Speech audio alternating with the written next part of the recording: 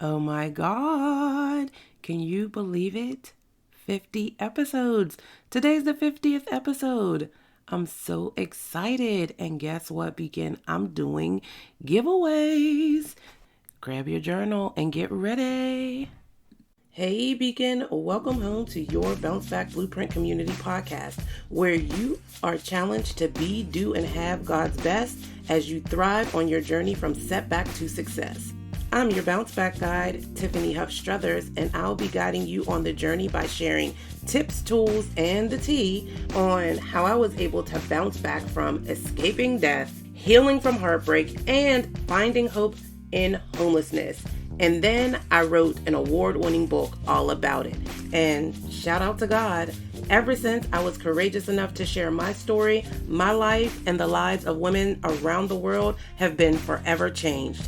And as a member of the Bounce Back Blueprint community, I'm called to teach you to do the same. So grab your journal and let's build this blueprint. Hey, Beacon, hey, welcome to the 50th episode party. Before we get into the goodness of this week's episode, let me tell you about the giveaways. So I am giving away a Power of Commanding Your Morning bundle, and that is inclusive of a digital workbook, a digital download of the 31-day devotional Empower Moments for the Everyday Woman, and an audio training about commanding your money. Woo woo, or your morning, not your money. That's the first giveaway. I'm also giving away 2 live coaching sessions. So if you tuned into the episode with Lindsay, we talked about the business of her book, but whatever your need is, I'm giving away 2 coaching sessions as well as part of our 50th episode anniversary giveaway. So if you're interested in getting some coaching or in the Power of Commanding Your Morning bundle, then you need to get in on this. In addition, I am also giving away 2 Purpose Over Pandemic mugs. So that's 5 giveaways in celebration of 50th episode party. And so here is how you are entered for a chance to win one of the prizes. You leave a review. And here is how I will know that the review is from you, because, some of us have those handles that aren't very telling. So if your handle on iTunes is like Hot Mama 1991 and you want me to know that you left a review, just grab a screenshot of your review and DM it to me on Facebook or Instagram or email it to me. And if you want an additional entry into the competition, then you can share that screenshot of your review in your Instagram stories and tag at the Tiffany Huff, and that will get you 2 entries into the competition. So step 1, leave a review. Step 2, send it to me via DM or email. And for a bonus entry, you screenshot it and tag at the Tiffany Huff. Okay, so that is the 50th episode giveaway party. Now, let's get into building the blueprint this week with this amazing episode that I have for you in celebration of our 50th episode. And it is 50 writing prompts to help you start or finish your book. 50 writing prompts. That means if you are or you have been struggling with the myth of writer's block, or you've been challenged with where to start with writing your book, this episode is for you. I told you already to get your journal. So if you haven't already grabbed it, grab your journal, hit pause, fill up your cup with something warm, and snuggle up and get ready for this greatness.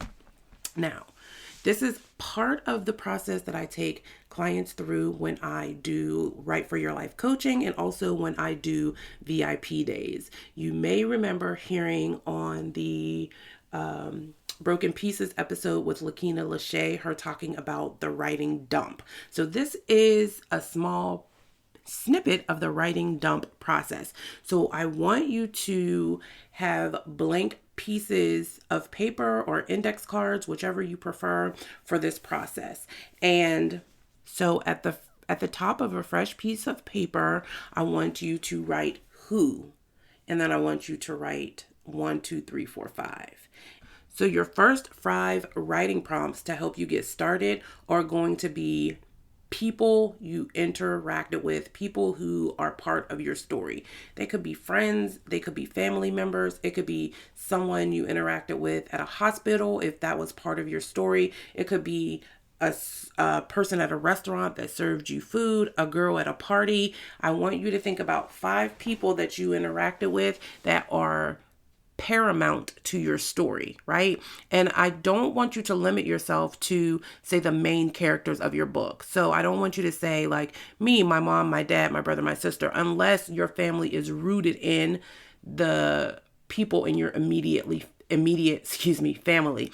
I want you to think outside of the box, right? So if I was doing this for 30 days stay, I might have written down the woman who greeted me when I entered the shelter. And in 30 Days Stay, I referred to her as Curly Haired Barb. So Curly Haired Barb was paramount for my story because she was the first person I encountered when my sister left me at the shelter. So while there were other people who were important, at top of my mind when I think about the shelter, Curly Hair Barb was there. So I want you to think deeply about your experience, right?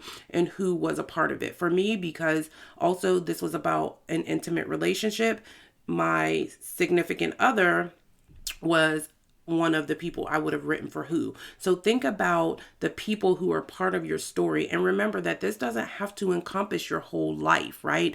I wrote a book about a 30-day period. Now, it did stretch back some years, but it did not encompass the fullness of my life. So think about the specifics of your story and who is paramount to it. Those are going to be the first 5, right? And then you're going to think about where. So what are 5 places or 5 scenes that you went to as it relates to your book? So for me, again, the shelter obviously was one of the wheres because the book is based in the shelter. So that would be one place that I know I'm going to write a lot about, right? Also, because the incident that led me to the shelter happened in my home would be a place that would be part of the story. I had to be hospitalized because of what happened to me. So the hospital was one of the wheres that I included. There was a part of the book or a part of my story that included the court systems and the court proceedings. So the courthouse was a where. So I want you to think about the different scenes of your story, if you will, and the different places where very important details of your story happen. Now, it doesn't have to be very specific places. Like I said, the courthouse, the shelter, my house. It could be you at the stoplight. It could be you at the corner store, right? So it doesn't have to be a prominent location as it relates in the grand scheme of things. I really want you to think about where you were when specific things happened. It could be you sitting in your car on your cell phone, right? So think about where very important turning points in your story happened, or where pivotal moments of transformation or change, or where the plot twists took place, right? Maybe you are writing about your story to finding the love of your life and something pivotal happened at a restaurant, right? Or at a nightclub. So think about the places. And so those are your next 5 writing prompts. So now you should have 10 writing prompts at this point. 5 who's, which are characters, and then 5 where's, right? And then I want you to think about, or the next subheading would be when. So I want you to write when, and then 1, 2, 3, 4, 5. And I want you to think about when certain things happen. Now, when could be a season, right? So you could say summer 2020, because we all will have some interesting memories about summer 2020, right? So it could be a season. It could be a time of day on a specific day. It could be, say, my 25th birthday, right? So I want you to think about those times when you were interacting with the 5 people that you listed, those times when you were at those 5 places that you listed that were pivotal, right? So for me, one of the very pivotal dates was the date that I was shot, right? So I wanted to recount the day that led up to the incident that happened, right? Also, another thing that was pivotal for me was kind of like some of the instances that happened that were red flags about the abuse that in hindsight I could see very clearly were red flags, but at the time I kind of just lived with, if you will. So I want you to think of again about the people who you listed in those first five. Think about specific interactions or things that happened that were pivotal, will be pivotal to you telling your story. What time of year was it? What time of day was it? Were there significant days? Was it a summer? Was it a winter? Was it a holiday, right? Try and jog your memory with specifics related to your story that will help you as you are going through the process to write it, right? So now we're up to 15 writing prompts. You have 5 for the who, you have 5 for the where, and you have 5 for the when. And I want you to know that you don't have to stop at 5. So if you are thinking about the when, right? If you have certain times that and you know more than 5, then write them down. That's a bonus because, for example, for me, I knew that I wanted each chapter of 30 Days Stay to be 1 day in the shelter, right? So I had 30 days. And then within those 30 days, I did have some very pivotal moments, right? I had the day that I went to court. I had the day, unfortunately, that my first son, or excuse me, that my youngest son turned 1. So there were some very pivotal wins that took place that needed to be woven into my story. Okay, so you have the who, you have the where, you have the when, and then now you have the what, right? So, of course, you have the big plot that happened in your story, right? But what happened to lead up to that big plot, or what happened following that big plot, right? So, for me, depending upon who you ask, the big plot that happened was that I got shot. But what happened leading up to me getting shot? And then also the big plot that happened was that I ended up in a domestic violence shelter. So what were the things that happened that led up to that, right? So for me, there were what related to when I was in the hospital, for example. So, what was pivotal to my story about being in the hospital, right? Well, I had an alias name. That's an important fact to include in my story, right? Certain people couldn't get access to me or know what hospital I was in because the person who harmed me hadn't been apprehended yet. So, they had to protect me. So, I had an alias name, an important detail to add to my story, right? I had to have more than one surgery. That is also very important. Also, one of the what's that happened was once I was released from the hospital, I had a bit of culture shock. I did not like being outside. So that was part of what led to the shelter experience. I just did not feel safe. There was nowhere I could go. So I want you to think about what happened leading up to the plots and the shifts and the twists and the turns. And if you struggle with that, then you can go back to, again, the who that you listed in those first 5 bullet points and think about what happened in relation to each of those who's. Go back to your wheres and think about what happened in relation to each of those wheres and jot those down. No detail is too small. And you have to remember that even the way you think the story would be told initially may shift as you go through the writing process. So really open your mind about this. And as you break it down in this way, I am willing to bet that additional details will come up for you. Another what that made the story interesting about my time in the hospital, if we focus on that one place, was that when I got ready to go in for my one surgery, I remember the surgeon, who was like world class, coming to my bedside and saying, this is a horrible case. I've never seen anything so severe. One of your legs is going to be longer than the other. You're going to have a limp for the rest of your life. And I'm literally on the table in pre-op and I'm almost hyperventilating. And the nurse had to come over to me and say, he's a phenomenal surgeon, but he doesn't have good bedside manner, because I was ready to cancel the surgery, right? So again, leading up to the plot and then following the plot, right? So that was one of the what's that happened after me getting shot and as a result of me getting shot, which impacted what my experiences was like in the shelter. So I want you to think very specifically about that. Another what for me would be that I was given a yellow legal pad, right? And that's important because while I was in the shelter with that yellow legal pad, I started writing the book. So I want you to think about the little things that you might be overlooking or that you might have dismissed as unimportant that add a level of detail and significance to your story that your reader would be able to appreciate.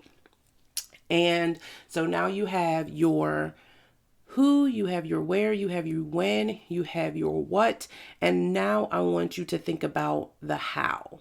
I want you to think about how the experience or experiences you're writing about have changed your life or impacted your life. And again, if you struggle with this, you can go back and refer to those lists that you've already created. How did what happened to you when you were, say, at the courthouse, one of your wheres, change your life thereafter? So I can give you a prime example.